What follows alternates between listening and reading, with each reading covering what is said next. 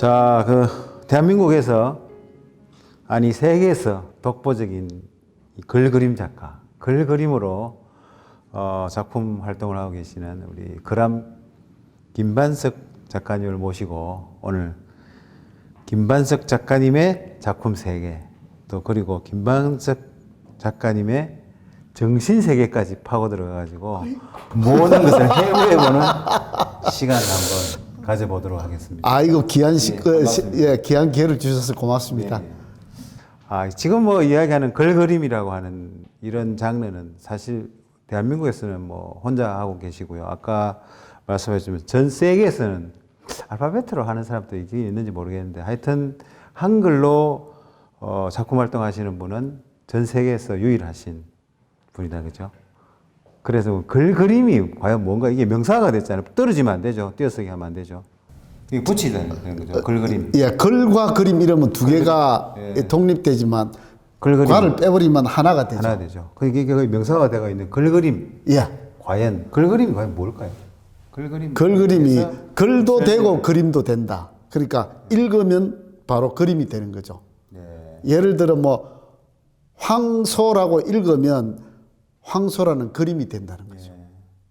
그러니까 그림일 수도 있고 그릴 수도 있고. 글자가 곧 그림이고. 그렇죠. 그림이 곧 글자가 되는. 제가 아까 오기 전에 TV에서 세종대왕 나오는 천문이라는 영화를 보니까 세종대왕이 한글을 몰래 만들고 있는데 그게 밖으로 이렇게 알려지면서 그 만든 글자를 보고 이게 뭐냐? 그러니까 만든 사람도 숨겨야 되니까 잘 모른다 하니까 묻는 사람이 어떻게 보니까 그림 같고 어떻게 보니까 글 같다. 그렇게 처음 한글이 만들어졌을 때 전 그 대사를 보고 그렇지 저거다. 내가 하고 있는 글그림은 어떻게 보면 글이고 어떻게 보면 그림이다. 야, 오묘한 진리가 있네요. 예. 처음에 세상에 나올 때 이미 사람들은 글인지 그림인지를 분간하지 못했다는 거죠. 지금 우리는 그걸 글로 너무 익숙해 있어서 글과 그림을 분리시키는데 제가 원래대로 다시 예. 위로 끌어올린 그렇죠. 지금 상황이네요. 사실 어떻게 보면 이미지를 갖다가 생각하고 또 그 이미지를 또 시각화시키고 또 시각화시킨 것을 갖다가 또 상징어로 된 것들을 또 시각화시키는 과정을 또 거치는데, 그죠? 이게 한글이라서 좀 그런 작품 활동할 수 있는 모티브가 되는 거죠. 사실은 이 부분이 설명이 조금 길어도 됩니까? 뭔가 하면 사람이 사는 건 자기 삶을 산다고 전제로 하면 남의 것을 따라 산다는 게 참 비참하잖아요. 그래, 그게 생각도 그렇고 남의 생각을 따라 생각하는 것도 비참하고 특히 그림을 그리는 사람은 자기 생각을 표현하는 사람 말이라고 하면 남의 표현을 빌어오면 자기 생각은 없어지잖아요. 그래서 나의 표현을 하는 게 의미가 있다 싶어서 다른 사람이 하지 않는 그림을 그려야겠다. 그러면 사실 이 세상에 남이 하지 않는 그림을 한다는 게 참 어려워요. 근데 저는 그림을 그리기 전에 그것부터 했어요.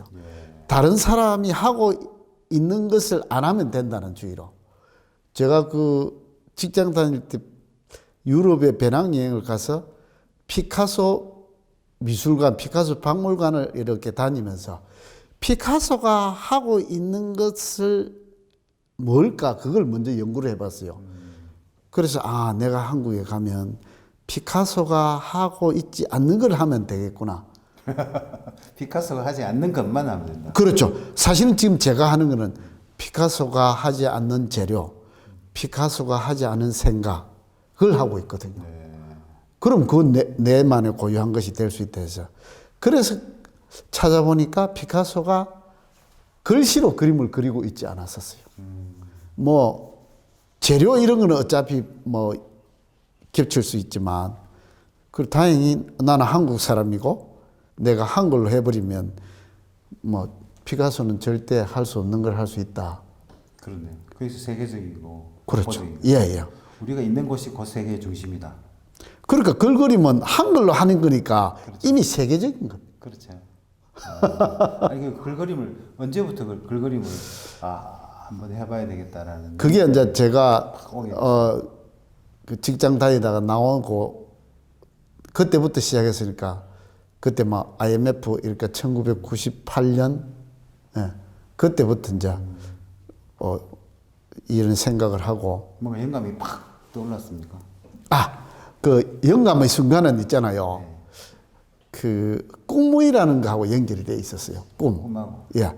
제가 다니던 직장을 그만두고 나와서 그림을 그린다는 꿈을 내가 키워야 되니까 그 꿈을 막상 새로운 꿈을 꾸어야 된다. 기왕이면 남이 하고 있는 걸 따라가지 않는 그 새로운 꿈을 어떻게 할 건가?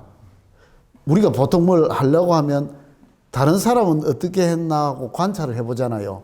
거기서 조금 발전시키거나 좀 따오거나 그렇게 하는데 저는 남이 하지 않는 그림을 그려야 되니까 따올 수도 뭐 보탤 수도 없는 거라서 그 제가 지금 하고 있는 그 작업실에서 일단 집을 먼저 짓자. 일단 뭐 큰 어떤 공간이 있으면 뭐가 되겠지 해서 계획 없이 일단 거기 작업실을 크게 지었어요. 지금 작업실 울주군 어디죠? 그 갤러리를 겸하고 있다고 하던데. 그 박재상 유적지 옆에 있습니다. 이거 좋은 데네. 예, 거기 물 좋고 공기 좋고.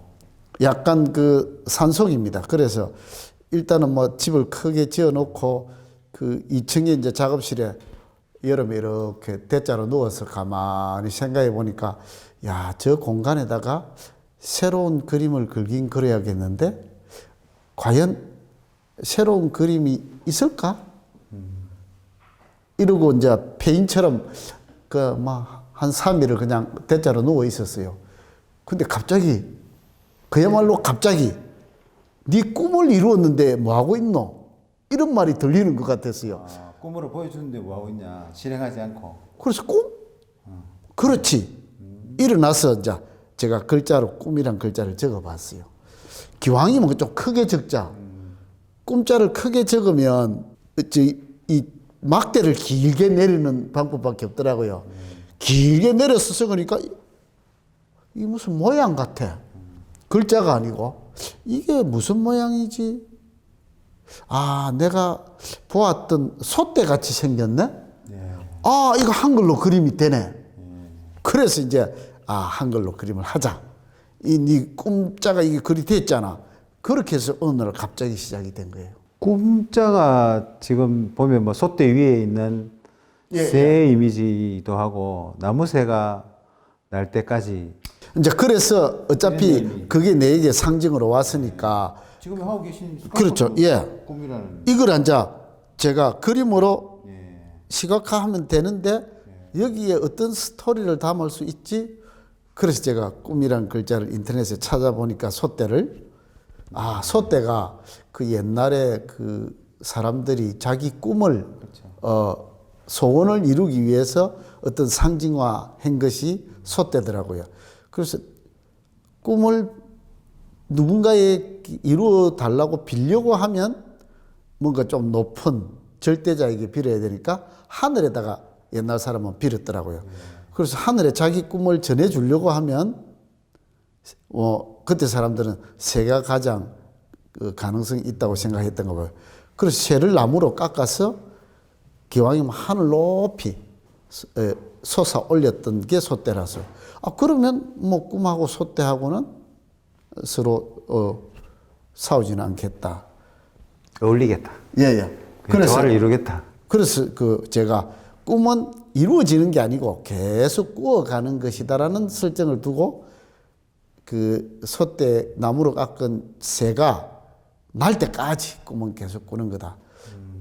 그래서 꿈이 이루어져 버린다는 건 결국은 더 이상 꿈이 없다는 거고, 삶으로 봤을 때 마무리 아닌가. 그러니까 제가 마무리가 될 때까지 꿈은 계속 꾼다. 그렇죠. 지금 그러면 그 영감이 팍 와서 이제 그 글그림을 이제 작품을 하게 된 계기 중에 첫 작품이 꿈이네요. 그렇죠. 그러네요. 지금 뭐 대표작이라고 해도 과언이 아닐 정도로 꿈이라는 글자는 뭐 거의 이 대표작처럼 이렇게 보여집니다. 갤러리에 전시되어 있는 사진도 보고 스카프에도 걸려 있고 이렇게 보면 꿈이라는 건 사실은 영어로 해석하기에는 부족하잖아, 그죠? 그야말로 꿈은 아주 추상적이면서도 아주 구상적이고요. 그렇죠. 그리고 엄청 의미가 있죠. 그리고 모든 것을 포괄할 수도 있고 또 하나로 줄일 수도 있고 어쩌다가 이래 제가 그걸 만났지만 잘 만난 것 같아요. 그러네요. 그래서 저는 이게 글그림을 그릴 때 의도적으로 접근하는 게 아니라 그냥 뭐 어떤 종교적인 것처럼 뭐 주님 주세요 이런 식이라. 주면 감사합니다. 안 주면 할 수 없고. 예. 그 주로 그러면 하루 종일 있을 때 어느 시간대 주로 이런 영감들이 주로 떠오릅니까? 하루에. 그거는요. 예. 뭐 누구는 새벽에 뭐 딱 맞습니다. 하루 종일 생각을 합니다. 생각을 하다가 생각이 지쳐서 생각을 포기하고 잔다. 자면 아침쯤에 새벽이라는 말이 맞을 거예요. 새벽쯤에 잠을 깼는지 계속 자고 있는지 그 시간에 딱 보여줍니다. 네가 원하는 답이 이거 아이가? 그러면 깜짝 놀라서 일어나서 그냥 스케치를 해놔요. 해놓고 또 자. 이제 그때는 뭐 답이 풀렸으니까 편안하게 자고 다시 일어나서 아까 스케치했던 걸 가만히 이제 내가 글그림을 그린다 했으니까 숨은 글씨를 찾아요. 그러면 절묘하게 거기 숨은 글씨가 있어요. 그러니까 이거를 제정신이 아니죠. 이거를 뭐 논리적으로 접근을 한 게 아니라 해놓고 논리적으로 찾는 거죠. 거의 뭐 영감이 주는 그런 선물 같은데요. 최근에 뭐 그런 게 한번 또 이런 영감처럼 받은 글자가 있나요? 글자가 작품이니까 그죠? 그 나와 너라는 글자요. 나와 너. 그러니까 생각을 계속 이렇게 갖고 노는데요. 생각을 계속 갖고 놀다 보면 내 밖의 대상들에 대한 어떤 생각에서 차츰차츰 내 안으로 들어옵니다. 내 안에 어떤 생각들이 단어들이 많이 떠오르거든요. 근데 과연 약간 도 같은 것처럼 이 나는 누군가 그 나라는 거에 대해서 굉장히 생각을 많이 갖고 놀다 보면 나의 반대편인 너가 또 같이 생각이 나고요. 그래서 나와 너라는 것의 어떤 그 관계가 뭘까 이렇게 늘 고민을 하다가 갑자기 앞에 마당에 서 있는 나무가 그 나와 너라는 글자로 보이는 거예요. 제정신이 아니지. 이상하다. 저게 그동안은 늘 그냥 내 있었는데 갑자기 왜 저기 글자로 보이지? 그래서 그걸 요번에 전시에서 제일 그 메인으로 드러낸 거예요. 나무에 나자 너자가 한 나무라. 나무에 있네요. 예. 나무에 나와 너가 글자가 다 들어있네. 그렇죠. 그래 이거잖아요. 이게. 그렇습니다. 이게 나자고요. 이게 너자고. 나무 하나에. 예. 근데 이게 한 나무라는 겁니다. 그래서 내 속에서 생각했던 나라는 생각과 너라는 생각이 한 뿌리라는 거지. 그래서 우리는 나는 나고 너는 너다 이렇게 분리해서 어떤 생각을 하는데 알고 보니까 내가 곧 너고 네가 곧 나라는 거죠. 한 몸이라는 거지. 그 심오한 철학이 있네요. 이거 이번에 대표작으로 예. 팜프렛에도 나와 있고요. 돈이 엄청나게 붙어 있는 것 같은데요. 이거는요. 예. 제가 그 팜플렛을 만들어서 홍보 차원에서 어느 절의 스님에게 이런 생각은 스님들이 쉽게 소통이 되지 않나 싶어서 보냈더만 그 스님이 새벽에 기도를 하다가 이 작품을 자기가 인수를 해야 되겠다는 생각이 들었다고 전화를 왔어요. 그래서 화백님 그거 제가 인수할게요. 이거 굉장히 비쌉니다. 얼마나? 절에 있는 부처를 하나 팔아야 됩니다. 부채를 팔아야 된다. 그러니까 안 되겠네. 그래서 제가 버뜩 전시장에 작품이 생각나는 거예요. 와 빨리 가서 내가 동그라미를 하나 더 붙여놔야 되겠다. 나는 농담 삼아 내가 누가 이걸 사겠노 이랬는데 내가 한 20년 동안 고민해서 만든 작품인데 이걸 누가 사겠다 이러면 이거 말이 20년 세월을 팔 수 있나요? 그래서 빨리 와서 동그라미 하나 더 붙이고 저기다 빨간 딱지를 딱 붙여. 그래서 일단 스님하고 또 우리 작가님하고 같은 또 나와 너와 나 이렇게 예. 또 형성이 됐네요. 예. 하여튼 대단한 작품입니다. 근데 지금 보면 그 캔버스에 예. 뭐 이렇게 글과 글 그림을 그렸었는데 최근에는 좀 도예 쪽으로 작품을 또 하시게 됐어요. 도자기는 아니다, 그죠? 이 기능적인 것을 좀 벗어나서 도자에 이제 글 그림을 심었죠. 심었다, 그죠? 그러니까 이 전시회 이름도 도예전으로 했잖아요. 도예전이죠. 도예전. 근데 이렇게 한 것에 대한 질문을 제가 여러 군데서 받고 여러 가지 말을 했는데요. 하고 나니까 굉장히 내 마음속에 찌꺼기가 남아요. 그죠. 그거는 아니다. 좀 더 그람다운 얘기를 해라. 왜 그게 일반적인 얘기를 하노? 이렇게 이제 글그림 하듯이 고민을 해보고 이제 오늘 질문에 그걸 딱 답할 수 있는 기회가 있네요. 사실은 캔버스에 글그림을 하던 놈이 왜 도자기에다가 글그림을 하노? 이거는요. 재료적인 설명이 아니고 생각적인 설명으로 끊임없이 새로운 생각을 해가는 방법인 거예요. 그러니까 도자기에다가 글그림을 그리는 것은 캔버스에 글그림을 그리는 것과 또 다른 새로운 생각의 방법인 거예요. 결국은 끊임없이 새로움을 추구한 방법이죠. 그냥 재료를 그렇게 달리 썼다. 이거는 조금 저다운 답이 아닌 것 같고, 저다운 답은 새로움을 추구하다가 만나는 결과라는 거죠. 일단 야. 그람 김반석 작가님의 이제 작품 세계가 예. 이제 캔버스에서 이제 튀어나와서 예. 하나 이제 도예 쪽으로 이제 가게 됐네요. 그렇죠. 여기 있다가 또 뭐 염색된 천으로 갈 수도 있고, 아니면 나무로 갈 수도 있고, 끊임없이 새로움을 추구해 가는 과정 속에 한 부분이라는 거죠. 피카소가 안 한 것 중에 뭐 해야 된다. 피카소도 사실은 도예 그림 그리고 이렇게 하지 않았나요? 그래서 그거 좀 따라한 것 같은데. 그러니까 재료적인 것은 중복될 수밖에 없고, 내가 뭐 물리학자도 아니고 뭐 새로운 재료를 생산해낼 수는 없으니까, 그거는 자연 안에 있는 것을 원용하는 거니까. 근데 원래 좀 작품들이 굉장히 투박하고 그야말로 토속적이고. 근데 이 캔버스에 할 때도 그 뭐 돌도 있고 그 재료들이 주로 어떤 거죠? 주로 어디서 찾고 그게요. 어떤 것들로 이제 거기에 대한 대답도 재료에 국한되지 말고 있잖아요. 생각으로 접근하면 저는 단순하고 소박하고 질박한 것으로 거기에 해당이 되는 재료면 흙이든 한지든 뭐 나무든, 아직까지 금속까지는 제가 접근 안 해봤지만 도자기를 만드는 사람이 흙을 갖고 결과물을 만들어낼 때 이렇게 질박하게 단순하게 결과물을 만들어내기는 좀 피하죠. 세르미로 가면 이제 똑같은 결과를 만들어도 그렇게 안 되죠. 저 같은 경우는 재주가 없으니까 좀 질박하고 단순하게 만들어지죠. 일단은 뭐 도자기를 하는 사람, 그러니까 뭐 아주 균형미라든지 이런 거 또 뭐 깨지고 갈라지면 안 된다는 이런 생각을 갖고 있는 사람들하고는 완전히 또 차원이 다른 그런 모양이 되죠. 둘러보면은 뭐 금이 가고 뭐 금가기도 하고 기울어져 있고 모양이 또 뭐 완성이 다 안 되고 덜 된 것 같기도 하고 이런 것들이 있는데 이제 거기서 어떤 단순함, 어떤 질박함, 순박함을 찾을 수 있지 않을까요?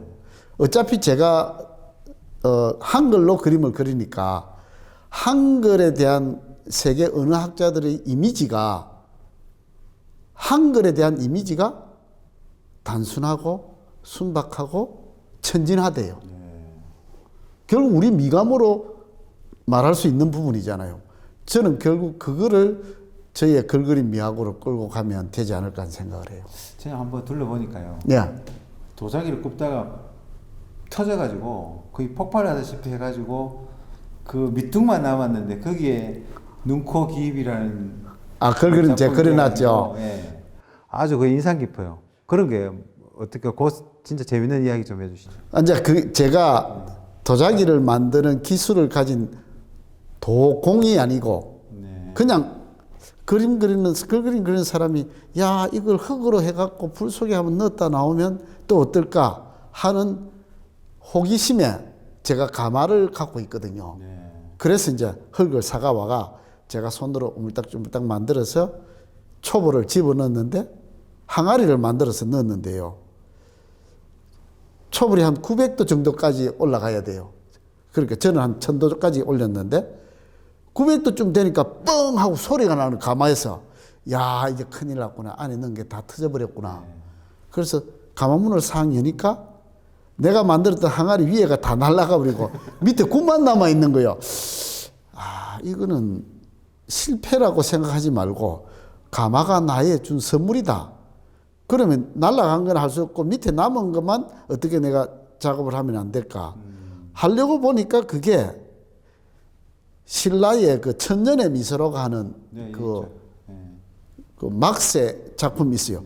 그거하고 너무 모양이 닮아서 그러고 오다가 부처님 눈, 코, 입기를 딱 그리니까 절묘하게 딱 맞아 떨어졌어요. 그리고 저거는 어느 누구도 복제할 수가 없죠. 가마에서 터뜨려야 되니까. 이게 전통적인 도자기를 하는 사람은 상상할 수가 없죠. 아예 이건 다 그냥 다 버려야 되는 옳지. 그런 것들인데 그걸 또 작품으로 또 만든다라고 하는 것은 그래서 또 특별함이 도예인 거예요. 도자기가 아니고 도자기가 아니고. 그렇죠. 도예다. 예. 아, 실패가 곧 결과물이 될 수 있으니까 우리 인생도 결국은 실패를 통해서 자기 삶을 구축하는 거잖아요. 그럼 김반석 다운 작가 다운 발상이다 그죠? 그렇죠. 긍정적인 그런 발상이고 좀 최근에 뭐 그 기사가 됐지만 그 울산시 교육청의 학생 그 교육수련원에 교육연수원에 뭐 초대형 8m짜리입니까? 예. 길이가 8m, 높이가 5m. 5m. 5m 같으면 아파트 1층 높이가 3m라고 치면 높이가 거의 아파트 1층이 넘는다는 이야기가 되는데요, 보통. 그냥 그 8m가 더 엄청난 대작인데 그게 걸려 이제 있는데 그 이름이 배움이라고. 예. 처음에 제가 거기 그림을 기증하게 된 그 계기가 울산의 교육연수원을 새로 정자에다 지었어요. 새로 지으면서 연수 원장님이 그 로비에다가 뭔가 상징적인 그 벽화를 하나 했으면 좋겠다. 그래서 그 원장님께서 서울에서 한글을 굉장히 사랑하고 활동하셨던 분이에요. 그래서 울산에 오니까 울산이 한글 도시고 하니까 글그림으로 걸면 좋지 않을까라는 생각을 하셔가지고 저보고 제안하시기를 교육을 한글 글그림으로 좀 그리시면 안 되겠냐 그래서 교육은 우리가 많이 익숙하게 썼지만 어원이 한자 같아요. 그렇죠, 한자죠. 그래서 내가 일본 한자입니다. 일본말로 교육구라 그래요. 그래서 내가 원장님 우리말로 그 교육을 좀 하나 풀어주세요 이러니까 글쎄 생각을 안 해봤어. 제가 생각해 볼게요. 그래서 제가 교육을 우리말로 생각해 보니까 갑자기 배움이라는 단어가 떠오르는 거예요. 그래서 배움 그렇지 그거는 가르치고 배우는 게 가르치는과 가르침을 받는 사람의 관계가 아닌 하나의 개념이겠다. 서로 일러주면서도 배우고 일러받으면서도 배우니까 배우면 어떻습니까? 이런 좋대. 그래서 좋습니다. 그러면 배움이라는 글자로 제가 학계에 이래서 이제 크게 해가지고 초대작이죠. 초대작. 한 6개월 제작을 했어요. 오, 대단하네요. 그리고 대신에 재료는 원장님이 대주세요. 기증은 제가 하겠습니다. 네. 와, 엄청나네요. 그거 가보시면 네.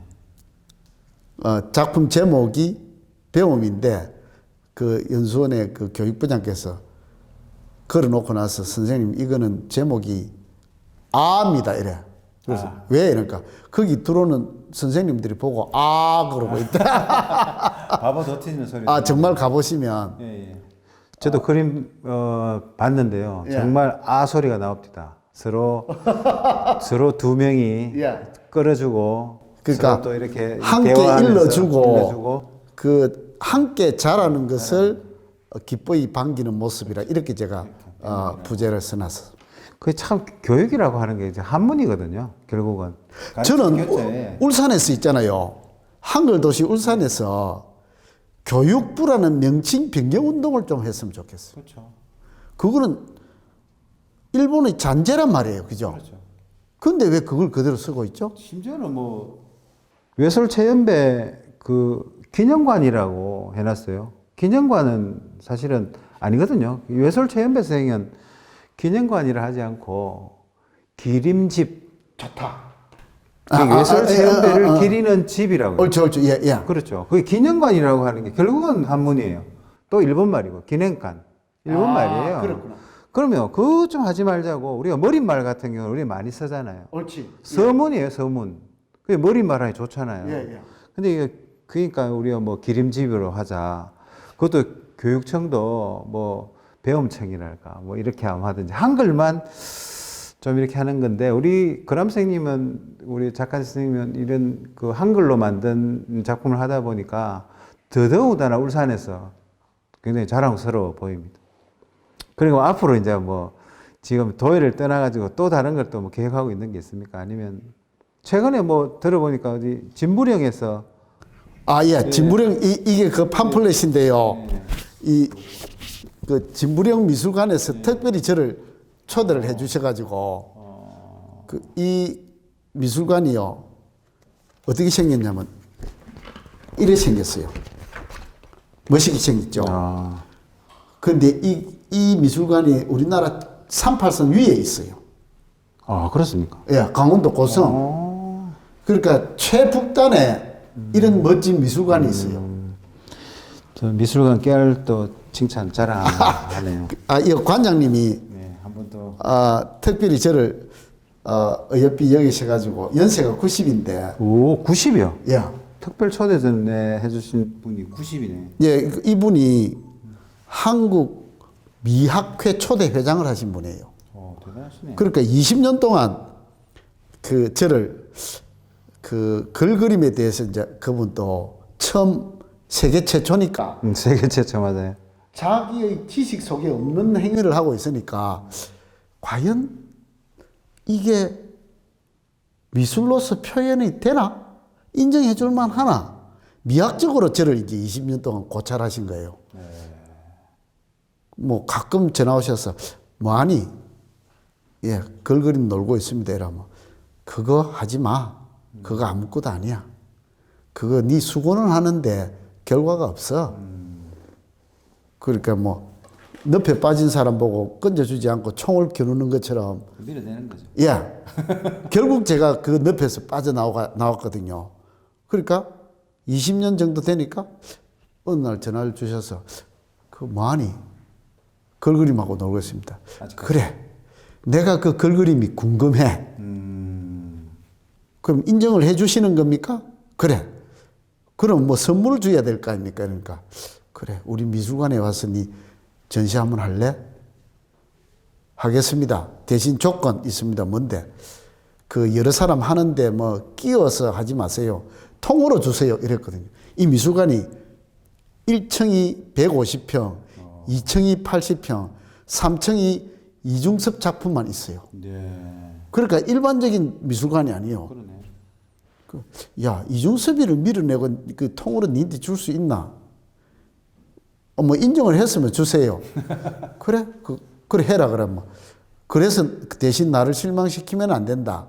이래서 제가 그동안에 준비했던 거 하고 이래서 그 초대를 받아갔는데 이 보시면 글그림 특별 초대전입니다. 이거를 이제 관장님이 인정하는 의미로 특별이다. 됐나? 특별전 한 개 또 붙였네요. 붙여주신 거예요. 예. 그걸 나이 90에 미학회 초대 회장님이 인정을 하셨네요. 이분 학력이 서울대 미대 1회 졸업생입니다. 이래 잘하세요. 예. 예. 그러니까 뭐 최고의 인정을 받았다 생각하시면 되겠네요. 그 한 번의 인정이 뭐 그럼 뭐 저는 뭐 모든 걸 끝나지 않았나. 글그림 세계에서 유일하게 하시는 예. 작품 활동을 인정받았다. 설사 내 주변의 사람들이 저를 인정 안 해줘도 저는 막 그분 한 분의 인정으로 아주 객관성을 확보했다고 보죠. 아니 전통적인 회화나 전통적인 미술 쪽에서 예. 어떻게 보면 굉장히 또 외로움을 많이 뭐 받았을 건데 그런 게 있었나요? 엄청났죠. 쳐주지 않죠. 전통적인 미술에서 안 쳐주죠. 공예도 아니고 또 아니면 이거 뭐 그림도 아닌 것 같기도 하고 뭐 그렇다고 조금 많이 밀어낸 것 인정해 같은데. 주면 예. 제가 울산 시전에 예. 이걸 제가 작품을 출품을 합니다. 어디에 출품하냐면 캘리 그림. 켈리 그래픽 쪽에다가 서예 부분에 켈리 쪽에 출품을 하거든요. 그런데 다행히 이건 켈리는 아니지만 이미지가 있으니까 그냥 다 입순을 시켜줬어요. 야, 그러니까 그 미협의 예. 작품전이네. 그러니까 울산 시전, 시전이네. 울산 시립 미술 대전인데 결국 그들도 부정을 하고 싶지만 이미지가 있으니까 부정을 할 수는 없고 그렇지만 이걸 제가 그림으로 서양화 쪽에 그림으로 내면 판판에 이건 그렇죠. 인정이 안 돼요. 지금 미협 회원이시죠? 예. 아니 또 문협에서 시를 또 쓰신다고 책을 또 이렇게 내신다고. 이제 결국은 좀 고급스러운 이야기 할게요. 표현은 있잖아요. 생각과 감성의 어떤 결과물이에요. 그러니까 감성이 문학이 되든 음악이 되든 뭐 관계 없잖아요. 그림이 되든. 그러니까 그 감성과 뒤따라 있는 생각은 자기 마음대로 자유잖아요. 그러니까 이걸 틀을 만들어서 미술이다, 음악이다, 문학이다. 이렇게 하는 것이 오히려 이상하지 않나요? 그럼 그렇죠. 내가 그 생각을 이랬는데 그 감성이 미술에 맞으면 미술을 하는 기고 음악에 맞으면 음악을 하는 기고 문학에 맞으면 문학을 너무 내 마음대로 이야기해서 좀 그랬죠. 아니 작품을 만들면서 생각나는 것들을 글로 표현한 것이 예. 그게 뭐 문학으로. 그러니까 문학이라고 하기는 좀 거창하고 그만 문학놀이라 하면 되겠지. 문학놀이. 예. 뭐 늘 놀이로 표현하신 것 같은데 어떻게 겸손 같기도 하고 글자놀이, 생각놀이 이 놀이라고 표현하시는데 스스로 또 뭐 겸손해서 그럴 것 같기도 하고요. 사실 그게 가장 맞는 것 같아요. 그렇죠. 제가 이 작품 쭉 둘러보면 야 진짜 재밌다. 예. 이게 재밌다라고 하는 것은 그야말로 순수하다는 이야기거든요. 그렇죠. 뭐 고차원적인 뭐 이런 것 같으면 재미가 없거든요. 재미없으면 놀이라고 표현하기는 힘들죠. 놀이는 재밌어야 되는데. 아니 세종대왕이 한글을 만들 때 고차원적인 생각으로 만들었다 이러면 깝깝하잖아요. 뭐 머리는 좋은데 시간은 있고 그러면 이거 문자 놀이를 좀 해볼까? 그래서 만들어낸 게 저는 한글이 아닐까 싶어. 근데 한글을 작품화시키고 있고 세종대왕께서 지금 살아계시면 엄청나게 기여하실 것 같은데요. 아마 장영실이 정도의 대접을 안 받았을까요? 그렇습니까? 뭐 장영실이는 노비의 아들로 태어났지만 세종대왕이 그 영화 보니까네 북두칠성이 세종대왕이고 니별은 이러니까 북두칠성 옆에 노비는 벌이 아닙니다 이러니까 점을 하나 딱 찍으면서 이건 니 세종대왕 옆에 있는 별이다. 니는 내 친구다. 이라대요. 예망이긴 한데 그러네요. 한글을 작품을 만들고 계시고 그러니까 세종대왕이 그 옆에 저만 하나 더 찍어갖고 요거는 장영실이고 요건 니 별이다 안 해줄까? 그러네요. 울산에서 또 계시고 또 울산에서 작품 활동을 하고 계시고 울산은 한글의 도시고 외솔체험배쌤이 또 출생하신 곳이고 또 세계에서 유일하게 글그림으로 이제 작품을 하시는데 자, 이거 우리 글그리면 이런 것이다. 앞으로 우리 글그림 볼 때는 이런 마음으로 좀 해달라. 이렇게 뭐 예를 들어서 갤러리에 제가 그걸요 사람들에게. 좀 멋있게 적어놨어요. 예. 이래 적어놨어요. 읽어봐 주십시오. 자, 제가 읽을까요? 예. 글그림은 예. 한글이 가지고 있는 이미지, 상징을 한글로 시각화하는 것입니다. 황소 그림을 그려놨네요. 머리가 황자고 몸이 소. 황소라는 글 속에 있는 이미지를 황소라는 글씨로 시각화했습니다. 밑에 영어로 막 적어놨네요. 어차피 세계에서 유일하니까 왜냐하면 세계에 이런 개념이 있었어요. 그러네요. 그 혹시 그 요즘은 뭐 네이버에 검색하면 되니까 1930년도에 영국에서 피카소가 큐비즘을 이야기하고 나니까 더 이상 그림 그리는 사람들이 생각이 더 발전을 못할 것 같으니까 영국 사람들이 자존심이 상하니까 새로운 개념을 만들어서 네, 어떤 게? 그게 뭐냐면 언어의 이미지를 시각화하자. 네, 하나의 이미지, 시각화. 그래서 랭귀지 앤 아트라는 잡지를 만들었어요.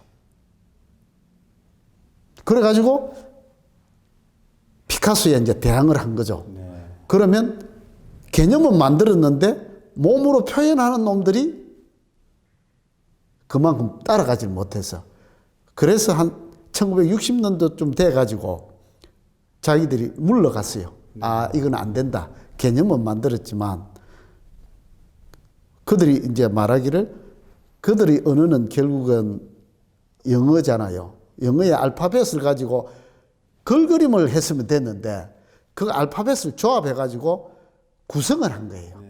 우리나라도 그렇게 하는 사람 있어요. 기역, 니은, 다소리 가지고 막 이렇게 구성해가지고 뭐 한글 그림이다 하고 이런 사람 있어요. 아, 그러니까 글자가 아니고. 예, 얼굴에다가 막 이렇게 기역, 니은 막 이렇게 집어넣어갖고, 예, 그게 그때 출발됐던 게 아직 여기서 그러고 있는 거예요. 그런데 다행히 나는 그런 공부를 안 하니까 갑자기 그냥 어쩌다가 내가 한 거요. 하고 보니까 그 1930년대에 영국의 그 미학자들이 생겼던 개념하고 이게 딱 맞는 거요. 그래서 제가 인연이 닿아서 영국의 런던에 가면 아이들아, 너가 못했지. 이 코리아에 내가 했다. 이렇게 이야기할 거예요. 사랑스럽게.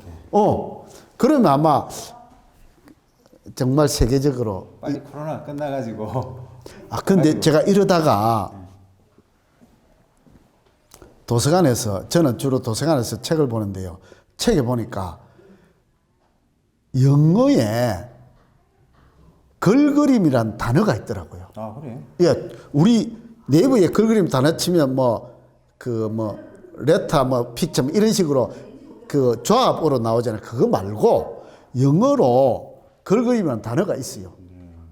그 아마 지금은 그때 제가 너무 행복해서 머릿속에 기억하려고 했다가 지금은 잊어버렸는데 나중에 이제 런던에 가면 제가 그 단어를 찾아가서 너그 선조들이 이미 이런 단어를 썼다. 누구 후손들이 그걸 잘 키우지 못했을 뿐. 예. 근데 세종대왕이 한글을 만들듯 코리아에 제가 글그림을 만든 거요. 자랑스럽잖아요. 뭐 제가 괜히 어깨 힘이 팍 들어가는데요. 세계 1등이 우리나라가 뭐가 있노? 아리랑 한글 이런 게 아니라 글그림도 있다는 거지. 그렇죠. 글그림이 이제 뭐 혼자서 이렇게 하다 보면 네. 이제 좀 약간 대중화가 된다. 캘리그라피는 워낙 유명하긴 한데 이제 뭐 많아져가지고 사실 이렇게 글그림 쪽으로 뭔가를 좀 저변 확대라든지 또 아니면 뭐 이런 문화생활 또 이렇게 받는다든지 이런 생각은 그거는 하고 계신가요? 글그림을 어떻게 보면 양념으로 해서 생각놀이. 생각놀이. 예. 사실 요즘 그 창의력이라는 이야기를 참 많이 하잖아요. 창의력이라는 것 자체는 없는 것에서부터 출발해야 되거든. 생각은 구체적으로 있는 것 같지만 없잖아요. 늘 끊임없이 변하고 바뀌니까 그거를 글그림으로 소스를 해서 생각놀이를 해서 창의력을 키우는 쪽으로. 그러면 지금의 어떤 시대하고도 괜찮을 것 같아요. 네. 그러네요. 그리고 이제 또 한 가지 물어보고 싶은 거는요. 명지 갤러리라고 이게 개관 초대전부터 시작해서 어떤 깊은 인연이 있느냐. 지금 전시가 되고 있는데 명지 갤러리하고 특별한 인연이 있나요? 인연이 있죠. 제가 그 작업실에 외롭게 있는데 그 어떤 어여쁜 여인이 자주 찾아오셨어요. 네. 그래서 왜 이렇게 오시는지 그게 궁금했었어요.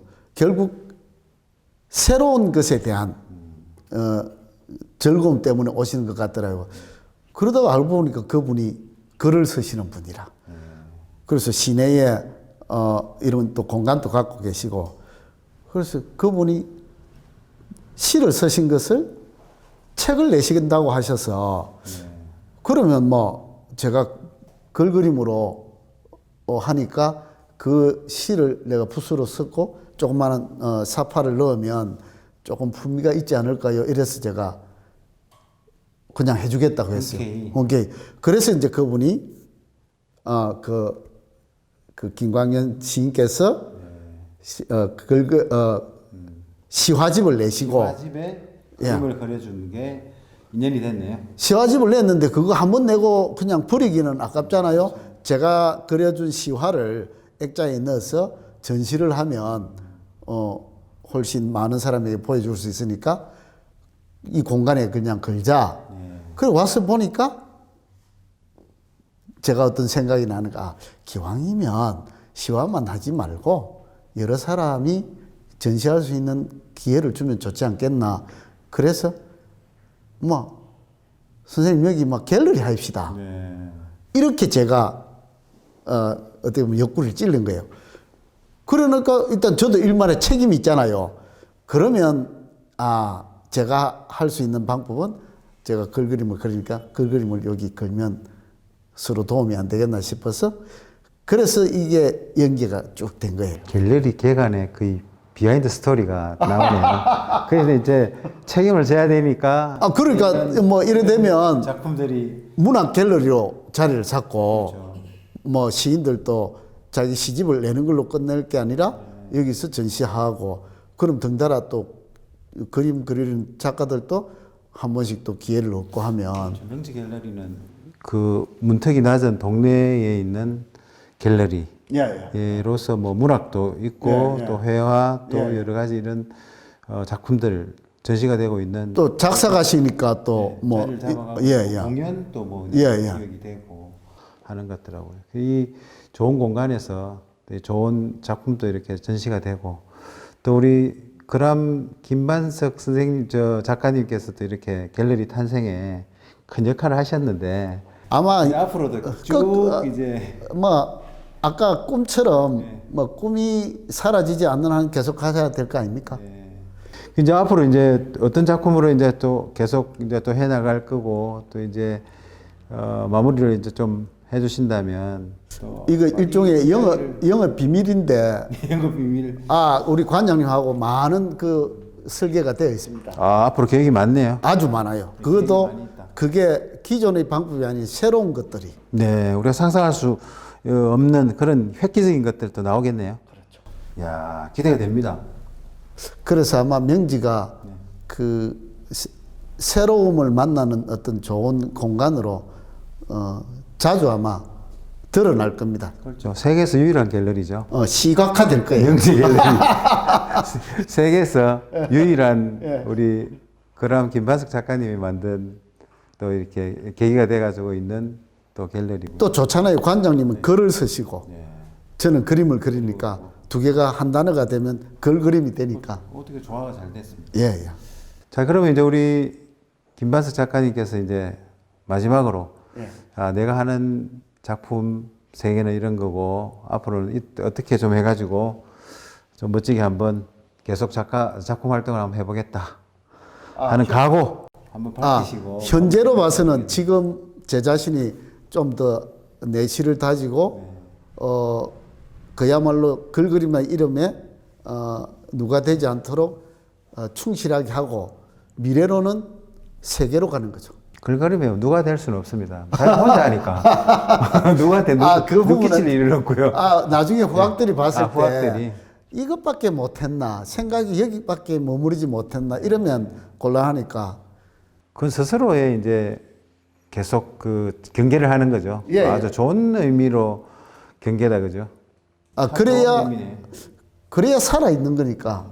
우리가 살아 있다는 것 자체는 끊임없이 자기 부정을 통해서 성장하는 거니까요. 아주 철학적입니다. 것으로 마무리가 될 것 같습니다. 예. 오랜 시간 뭐 여러 가지 이야기를 했는데요. 우리 대한민국에서 유일하고 나가서 세계에서 유일한 글그림, 한글로 작품 활동하고 계신 글그림 작가이신 우리 그람 김반석 작가님과 함께 여러 가지 이야기를 나눠봤습니다. 예, 대단히 감사합니다. 고맙습니다. 감사합니다. 예, 고맙습니다. 사랑 흔들으세요.